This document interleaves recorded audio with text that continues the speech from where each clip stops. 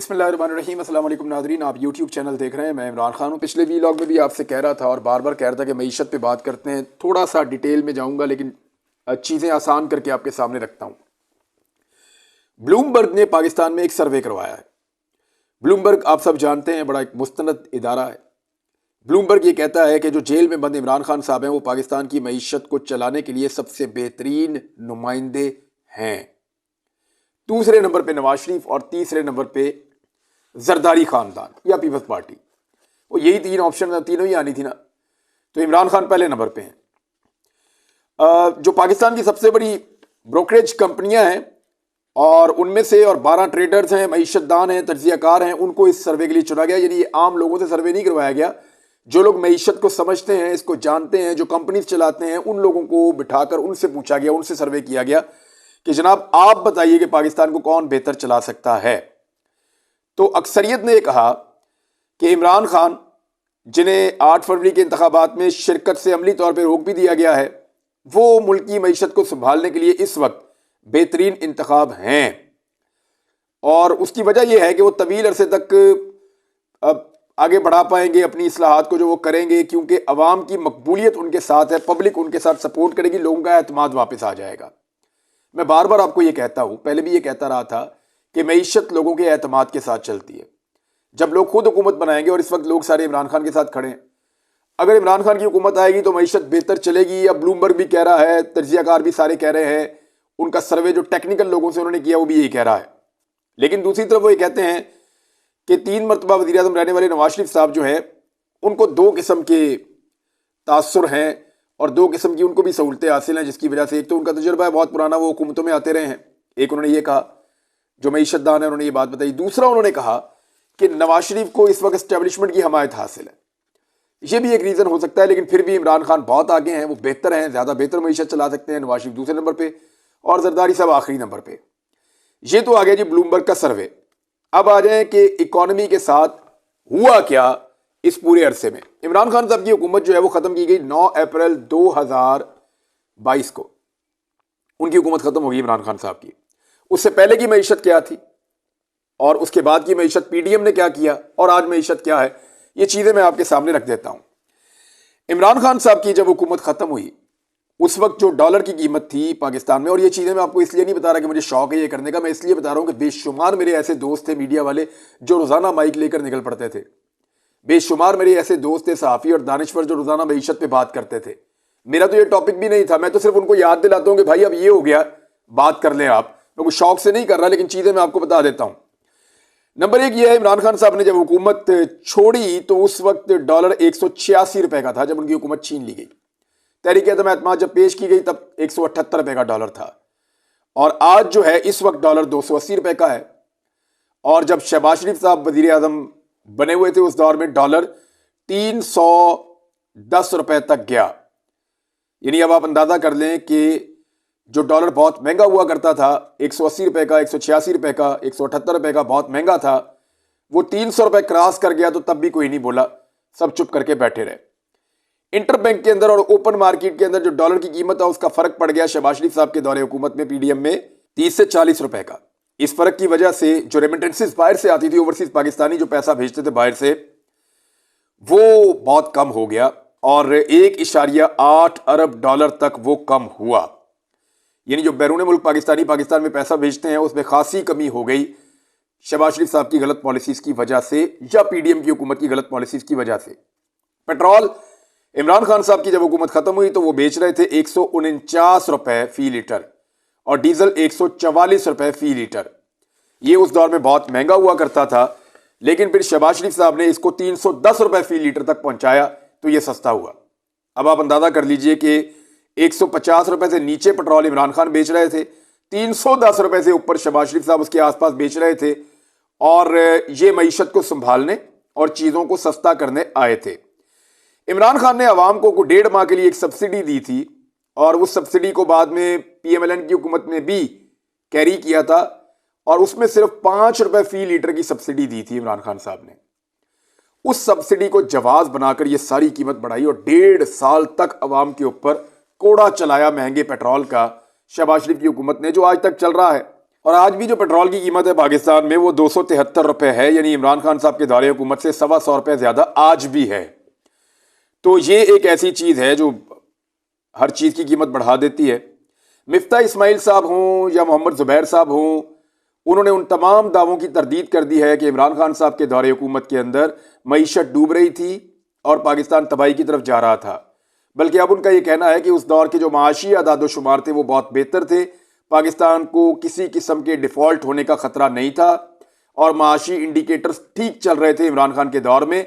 ये बाद में जब PDM की हुकूमत आई है तो इन्होंने खराबी पैदा की है। पहले मिफ्ता इस्माइल साहब को लाया गया, काफ़ी तबाही हुई जब मईशत की, तो फिर इसहाक डार साहब को लाया गया ताकि बाकी कसर भी निकल जाए, और इसहाक डार साहब ने रही सही कसर भी निकाल दी। इमरान खान साहब के दौरे हुकूमत में जो महंगाई की शरह थी वो मार्च में 12% तक थी, फरवरी और मार्च 2022 में 12% तक थी, लेकिन जब इमरान खान साहब की हुकूमत गिरी उस वक्त 13% तक लगभग महंगाई हो गई थी पाकिस्तान में। PDM की हुकूमत जो महंगाई को कम करने आई थी, और उन्होंने महंगाई मार्च भी किया था, जब वो आए तो उन्होंने महंगाई को पहुंचा दिया लगभग 40% तक। पाकिस्तान की तारीख में 40% तक महंगाई को पहुंचाने का सहरा PDM की शहबाज शरीफ और पीपल्स पार्टी और फजल रहमान और बाकी जमातें जो है सारी मिलकर उन्होंने जो हुकूमत बनाई उसके सर जाता है सहरा कि उन्होंने 40% तक महंगाई को पहुंचाया। आज भी पाकिस्तान में महंगाई 29 से 30% तक है, लेकिन इमरान खान की 13% सबको चुभती थी और आज की 30% और शहबाज शरीफ की 40% किसी को नहीं चुभती। पाकिस्तान के ज़र मुबादला के ज़खायर की तरफ आ जाएं। ये वो है जी, पाकिस्तान के पास एक्चुअली कितना पैसा मौजूद है जिसको पाकिस्तान खर्च कर सकता है। तो इमरान खान साहब की जब हुकूमत ख़त्म हुई तो उस वक्त पाकिस्तान के पास जो ज़र मुबादला के मजमूई ज़खायर मौजूद थे वो 16.4 अरब डॉलर थे, यानी 16.5 अरब डॉलर के ज़खायर पाकिस्तान के पास मौजूद थे। और शहबाज शरीफ साहब के दौरे हुकूमत में ये कम होते होते बहुत नीचे चले गए थे, लेकिन अब दोबारा से कुछ कोशिश करके इसको बढ़ा के ये लगभग कुछ 11 से 12 अरब डॉलर के करीब पहुंच गए हैं। लेकिन शहबाज शरीफ साहब ने बहुत तेज़ी से पाकिस्तान के ज़र मुबादला के ज़खायर को कम किया था क्योंकि वो कोई भी टारगेट अचीव करने में बुरी तरह नाकाम थे। बिजली की कीमत पे आ जाएं आप, तो जो महंगाई बिजली की वजह से हुई वो मैं आपके सामने रख देता हूं। इमरान खान साहब के दौरे हुकूमत जब ख़त्म हो रहा था तो उस वक्त जो बिजली की कीमत थी, ये मैं आपको बता रहा हूँ सारे टैक्सेस वगैरह सारी चीज़ें इंक्लूड करने के बाद, वो 1 यूनिट पड़ता था। जो कम बिजली इस्तेमाल करने वाले लोग हैं उन्हें 9.50 रुपए यानी 9.5 रुपए का 1 यूनिट पड़ता था, और जो लोग ज़्यादा बिजली इस्तेमाल करते थे वो मैक्सिमम 15 रुपए 16 रुपए तक का उनका यूनिट चला जाता था। आज सूरत हाल बहुत मुख्तलिफ है। आज जो कम बिजली इस्तेमाल करने वाले हैं वो भी 16.5 रुपए का यूनिट इस्तेमाल कर रहे हैं, और जो उससे ज़्यादा थोड़ी सी बिजली इस्तेमाल करते हैं, जो नॉर्मली ज़्यादातर लोग 100 यूनिट से ऊपर जाते हैं, वो बतदरीज बढ़ते बढ़ते 35 रुपए 40 रुपए तक भी यूनिट पहुंच जाता है।